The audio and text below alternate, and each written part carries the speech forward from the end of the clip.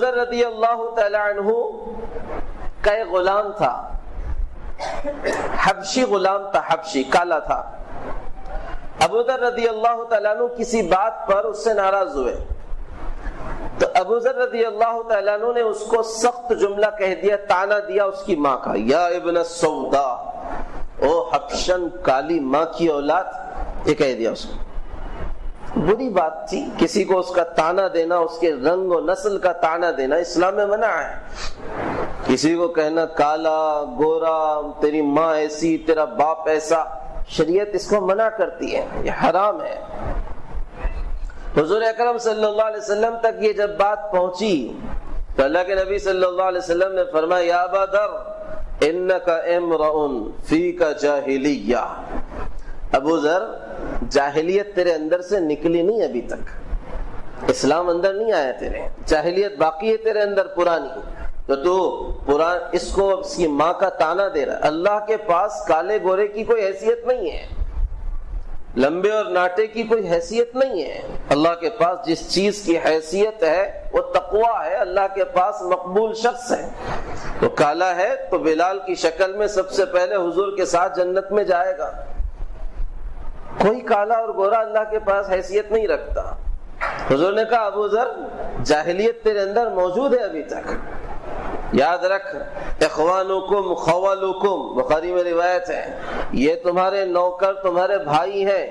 جعلہم اللہ تحت ایدیکم، اللہ نے ان کو تمہارے ہاتھ کے نیچے کیا ہے، اللہ چاہتا تو تمہیں ان کے ہاتھ کے نیچے نوکر بنا دیتا۔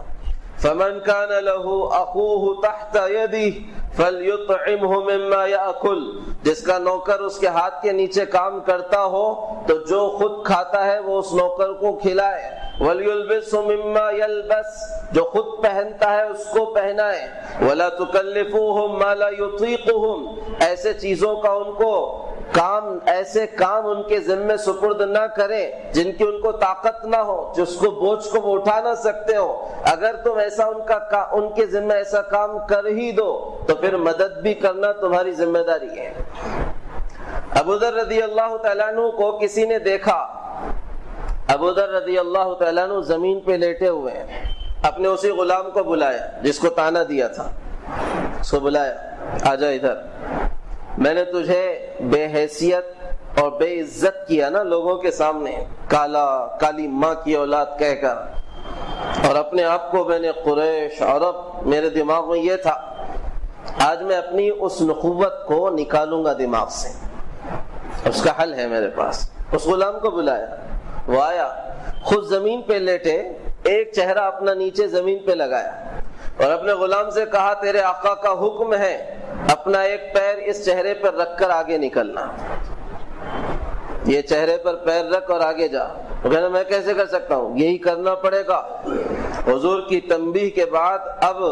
ابو ذر کی کوئی حیثیت نہیں ہے، کوئی حیثیت نہیں ہے ابو ذر کی، اور اپنے اس غلام کو اپنے چہرے پر پیر رکھوا کر آگے نکالا اور اپنی ناک کو زمین پر رگڑ دیا کہ ابو ذر تو نے یہ جاہلیت کا کام کیا تھا۔ لوگوں نے دیکھا ابو ذر رضی اللہ تعالیٰ عنہ کو ان کے اسی غلام کے ساتھ، تو دیکھا کہ دو چادریں ہیں اوپر کی جو بہت ہی عمدہ ہیں، ایک چادر ابو ذر پہنے ہوئے، ایک چادر غلام کو پہنے ہوئے، اور نیچے سادہ سیدھی دوسری چادر ہے، وہ خود بھی پہنے ہوئے، غلام کو بھی پہنے ہوئے۔ دیکھنے والے نے کہا ابو ذر ایسا کر لیتے کہ جو چادر غلام کو پہنائی ہے وہ تم نیچے لپیٹ لیتے تو تمہارا لباس عمدہ ہو جاتا، غلام کا لباس سیدھا سادہ ہو جاتا، مالک اور غلام میں امتیاز بھی ہو جاتا۔ ابو ذر رضی اللہ تعالیٰ عنہ نے روایت سنائی کہ حضور نے اسی پر مجھے ڈانٹا تھا، تب سے جو میں پہنتا ہوں اسے پہناتا ہوں، ہم دونوں میں فرق نہیں محسوس ہوتا کہ کون مالک ہے اور کون غلام ہے۔